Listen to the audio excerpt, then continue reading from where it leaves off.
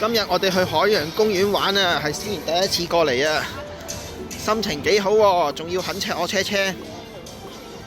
第一個去嘅地方就係熊貓館啊，因為冇乜人排隊啊，入邊有冷氣啊嘛，等阿思賢適應下先。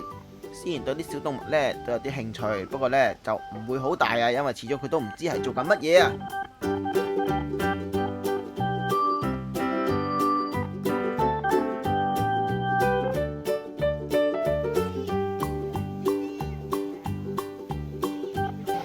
今日係思賢第一次落地行啊，喺街出邊。我哋喺海洋公園啊！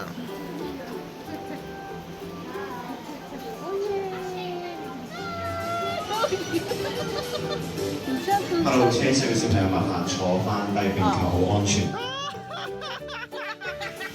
爆咩啊！爆咩啊！你坐低啊！你坐低。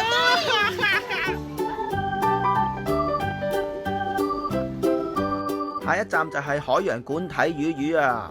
不過呢，思賢都唔係點睇啊，都係行比較多啊。佢中意行路多啲啊！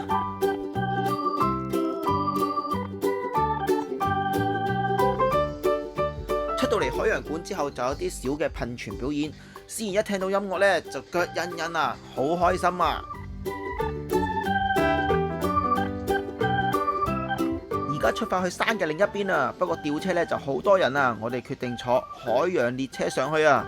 喺呢段時間，阿 B 就瞓咗第一覺啦。阿 B 醒咗呢，我哋就去呢個唔使點牌嘅 Melody 館入邊影下相行下。不過阿 B 呢都唔係特別中意 Melody 啊，純粹中意行啊。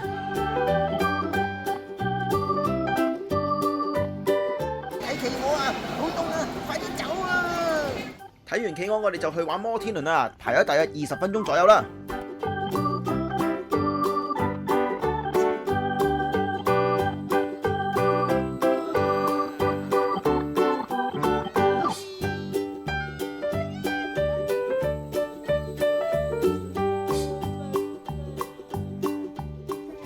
最後我哋玩埋掉波波啊，走啦！